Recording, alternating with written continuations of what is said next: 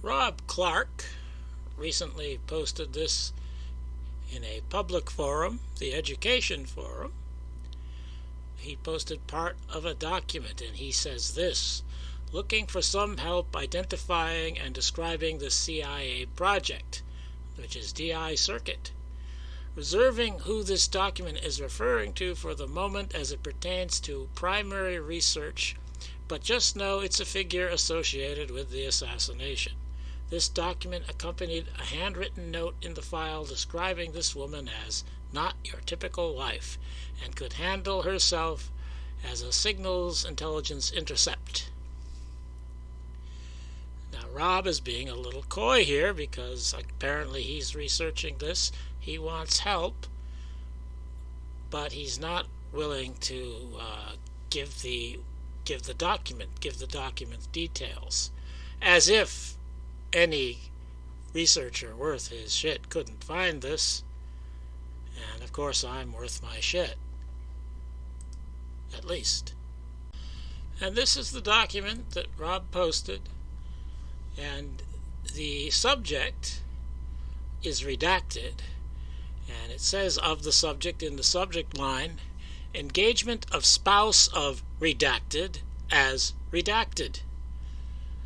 And there is no name on this document that Rob provided except Lola K. Furlong, if that is her real name, signed it at the bottom.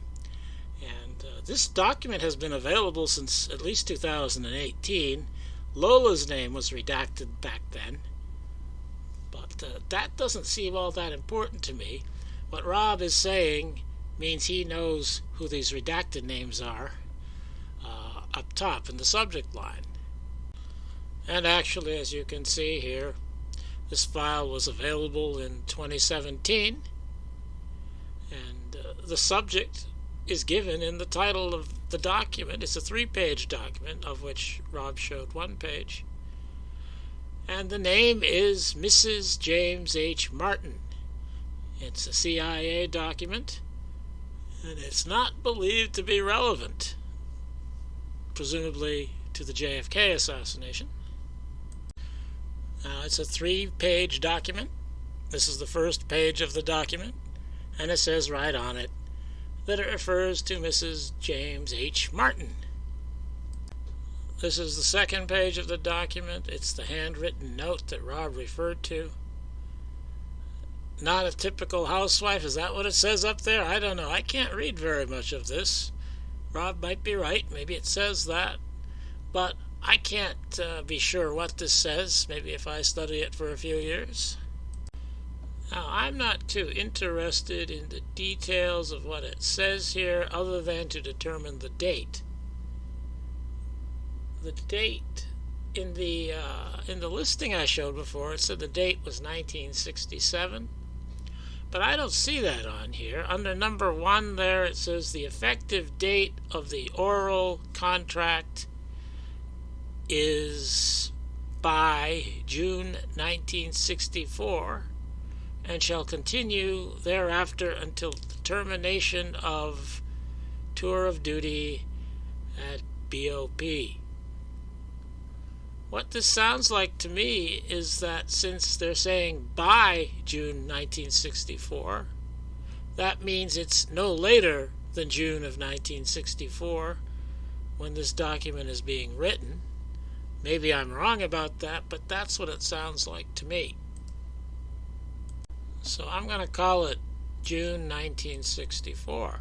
And so in the subject line of this June 1964 CIA document, the subject is engagement of spouse of redacted as redacted. Now, so it's engagement of spouse of James H. Martin as what? I don't know. But it's referring to this woman who is to be given this paid job by the CIA as the spouse of James H. Martin.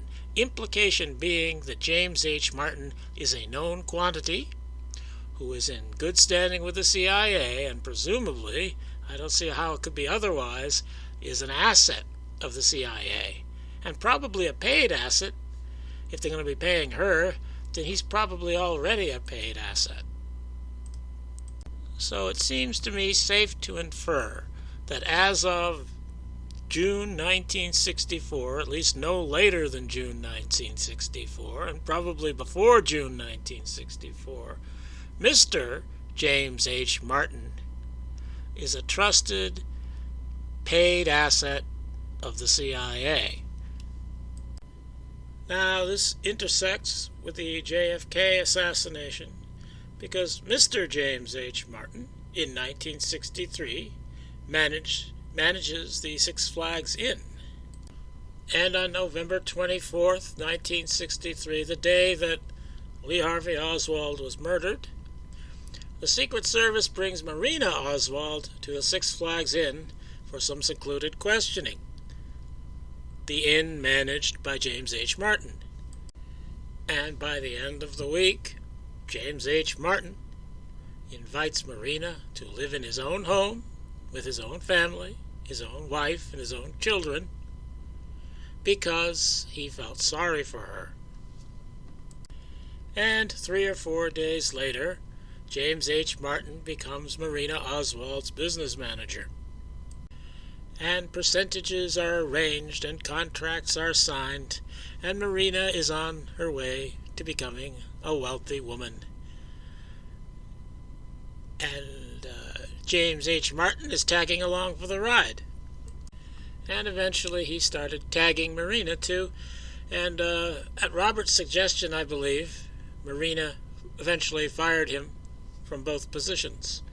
So James H. Martin had some very exclusive access to Marina after Lee Harvey Oswald was murdered. And very shortly after he was fired, within a few months, the CIA is employing his wife. I think that looks a little funny. The wife, the way this is worded, the wife is kind of being recommended by the reputation of the husband. And this is, I believe, in June of 1964. So I think the very strong implication here is that James H. Martin was a CIA asset at the time that he managed the Six Flags Inn, and that Marina became a guest there. That's what it looks like to me. It looks like the Secret Service brought Marina to a CIA asset, James H. Martin, and that Martin took over from there. And if James H. Martin, is a CIA asset, there should be other documents relating to James H. Martin.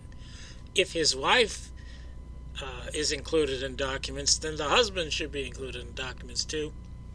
But I've looked and I haven't found any other documents regarding James H. Martin. So there must be other documents, but we don't know about them. And I think that looks a little funny too. And by documents there, I mean CIA documents. There should be other CIA documents regarding James H. Martin. And so, what we have here is Marina under the complete control, almost complete control, of the Secret Service and apparently the CIA at a time when her story is being shaped for presentation to the Warren Commission and to the world. Yeah, that looks a little funny. But we do have a few FBI files on James H. Martin from back in 1945 when he was in the U.S. Navy stationed in Chicago. He and a pal of his stole an automobile, which resulted in both of them being dishonorably discharged from the United States Navy.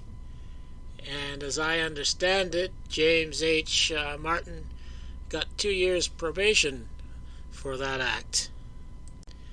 And these files are available at the Mary Farrell Foundation website.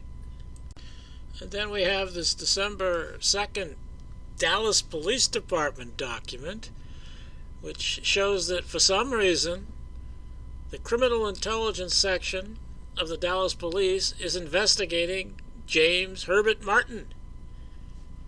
And they give a little background on him here. They don't mention the car theft and being dishonorably discharged from the Navy.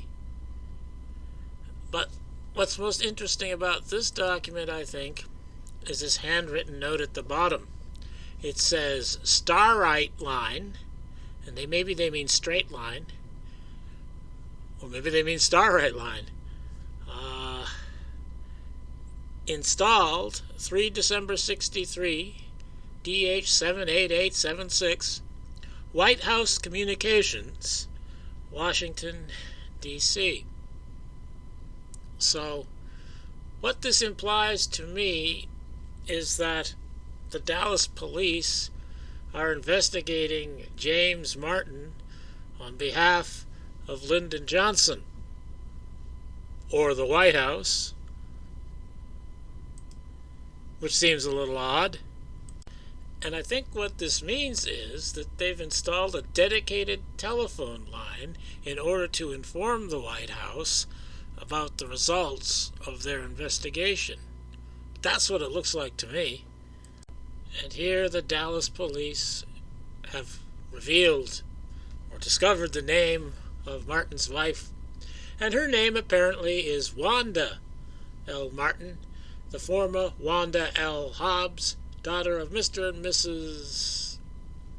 What's that say? Othel Hobbs, who live in Rush Hill, Missouri. So apparently when Martin used to live in Missouri, and apparently he married someone there and brought her to Dallas. And that would be the wife he was cheating on while he was banging Marina, and the one that the CIA later employs at a salary. And another Dallas Police Department document from December 23rd, the only other one I could find relating to this. I'm not going to read all this here, but it tells a story of Ruth Payne showing up, trying to get to see Marina, and her not being allowed to do so. And at the end here, I'll just read this last paragraph. The Secret Service agents on duty declined to comment on the relationship between Mr. Martin and Mrs. Oswald, or Martin's reasons for taking her into his home. They stated that Mrs. Oswald had been made some offers, the nature of which they would not disclose, that could bring her a substantial amount of money, and they implied that Martin was supporting her and going to manage her affairs for a percentage. They stated that as far as the Secret Service was concerned, Martin might as well have the money as anybody else. Now, the latest official document I was able to find relating to James Martin was this letter from Robert Blakey to the St. Petersburg Times and Independent. And in this letter, it says, the following background information about Mr. Martin may assist you in cooperating with the committee's request. They're trying to find Martin. And it says he had a position with the Times. He was the holder of a large-scale newspaper delivery concession involving his wife and 2 sons. So he had a cozy job, or cozy may not be the right word, but he got a privileged job delivering or distributing the newspapers of the St. Petersburg Times. And this was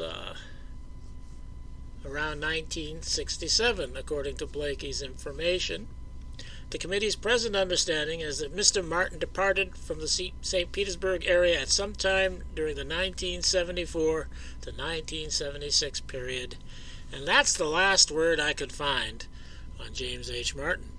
Certainly, the St. Petersburg Times must have responded to Robert Blakey's inquiry, but I don't see such a document anywhere online.